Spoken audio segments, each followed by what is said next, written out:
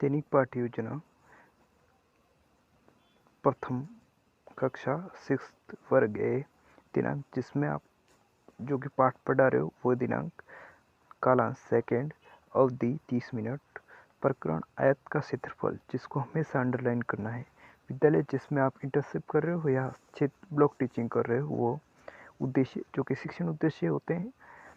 इसमें दो कॉलम होते हैं, पहला उद्देश्य और दूसरा अपेक्षित व्यवहारगत परिवर्तन, जिसमें पहला उद्देश्य ज्ञान जिनके व्यवहारगत परिवर्तन अपेक्षित व्यवहारगत परिवर्तन है। विद्यार्थी आयत की आकृति का प्रत्यास्मरण कर सकेंगे, विद्यार्थी आयत के क्षेत्रफल का सूत्र बता सकेंगे। अवबोध विद्यार्थी आयत व अन्य आकृतियों में अंतर कर सकेंगे, विद्यार्थी आयत के क्षेत्रफल की व्याख्या कर सकेंगे। अनुप्रयोग विद्यार्थी आयत के क्षेत्रफल के सूत्र का दैनिक जीवन में उपयोग कर सकेंगे, विद्यार्थी आयत के क्षेत्रफल से संबंधित समस्याओं का समाधान कर सकेंगे। कौशल विद्यार्थी आयत के क्षेत्रफल को सरलता से व शीघ्रता से ज्ञात कर सकेंगे, विद्यार्थी आयत के क्षेत्रफल की गणना शुद्धता से कर सकेंगे। अभिरुचि विद्यार्थी आयत के क्षेत्रफल के बारे में अधिक से अधिक प्रश्न पूछ सकेंगे, जिससे इनमें विद्यार्थियों में अभिरुचि विकसित होगी। विद्यार्थी आयत के क्षेत्रफल से संबंधित प्रश्नों को हल करने की जिज्ञासा प्रवृत्ति विकसित होगी। शिक्षण उद्देश्य जिसमें दो कॉलम वही अपेक्षित व्यवहारगत परिवर्तन, दूसरा जिसमें छठा अभिवर्ती, उसमें विद्यार्थी आयत के क्षेत्रफल से संबंधित सवालों के प्रति धनात्मक दृष्टिकोण विकसित होगा। उसके बाद आपको सहायक सामग्री में चार्ट, ब्लैक बोर्ड, संकेतक एवं समस्त शिक्षण उपयोगी सहायक सामग्री, शिक्षण विधि या प्रविधि, आगमन एवं निगमन विधि। इसके बाद पूर्व ज्ञान विद्यार्थी रेखाखंड के बारे में सामान्य जानकारी रखते हैं, विद्यार्थी आयत के बारे में जानते हैं और उसके बाद प्रस्तावना करनी है आपको। इसी प्रकार आपको क्रम संख्या, छात्र अध्यापक क्रियाएं, विद्यार्थी क्रियाएं एवं श्यामपट्ट कार्य। इसके बाद आपको इस प्रकार श्यामपट्ट पर प्रदर्शित चिन्ह किसका है, बिंदु का। दो बिंदुओं के बीच सीधी रेखा में मिलाने पर प्राप्त आकृति को क्या कहते हैं, रेखाखंड। चार आकृति से घिरी बंद आकृति क्या कहलाती है, चतुर्भुज। ऐसी आकृति जिसके आमने सामने की भुजा बराबर व प्रत्येक कोण 90 डिग्री का हो वो क्या कहलाता है, आयत। आयत का क्षेत्रफल क्या होता है, समस्यात्मक सवाल है। जिसके बाद पाठ्यपि सूचन या उद्देश्य कथन, जिसमें आज हम आयत के क्षेत्रफल के बारे में विस्तृत अध्ययन करेंगे। उसके बाद प्रस्तुतिकरण जिसमें आपको 5 कॉलम बनाने, पहला शिक्षण बिंदु एवं विषय वस्तु विश्लेषण, दूसरा छात्र अध्यापक क्रियाएं या छात्र अध्यापिका क्रियाएं, विद्यार्थी क्रियाएं, सहायक सामग्री और श्यामपट्ट सार।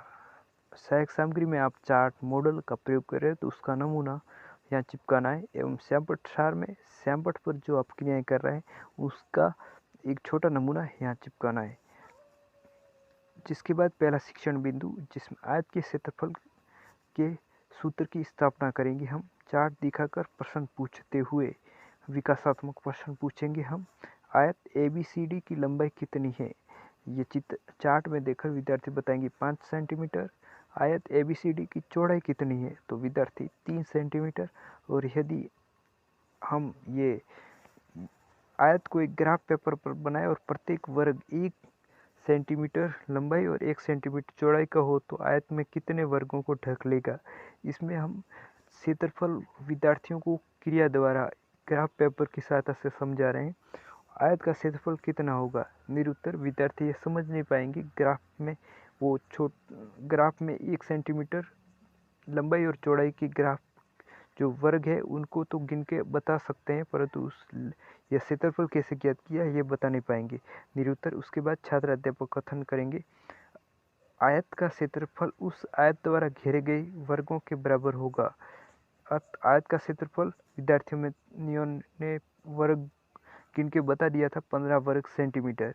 इसे इस प्रकार भी लिखा जा सकता है, आयत का क्षेत्रफल 5 गुणा 3 जो 5 लंबाई और 3 चौड़ाई तो बराबर क्या होगा 15 सेंटीमीटर स्क्वायर। आयत का क्षेत्रफल लंबाई गुणा चौड़ाई के बराबर होता है। और इसमें विद्यार्थी क्रिया में छात्राध्यापक कथन के सामने लिखेंगे, विद्यार्थी ध्यानपूर्वक सुनेंगे एवं महत्वपूर्ण बिंदु अपनी उत्तर पुस्तिका में या नोटबुक में नोट करेंगे। इसके बाद दूसरा शिक्षण बिंदु, आयत के क्षेत्रफल पर आधारित एक समस्या है, जिसमें दूसरा एक उदाहरण को हम सोल्व करेंगे। इसी प्रकार दूसरे पेज में भी सेम आपको 5 कॉलम बनाने। पहला शिक्षण बिंदु, दूसरा अध्यापक छात्र अध्यापक क्रियाएं, विद्यार्थी क्रिया, सहायक सामग्री और श्यामपट सार।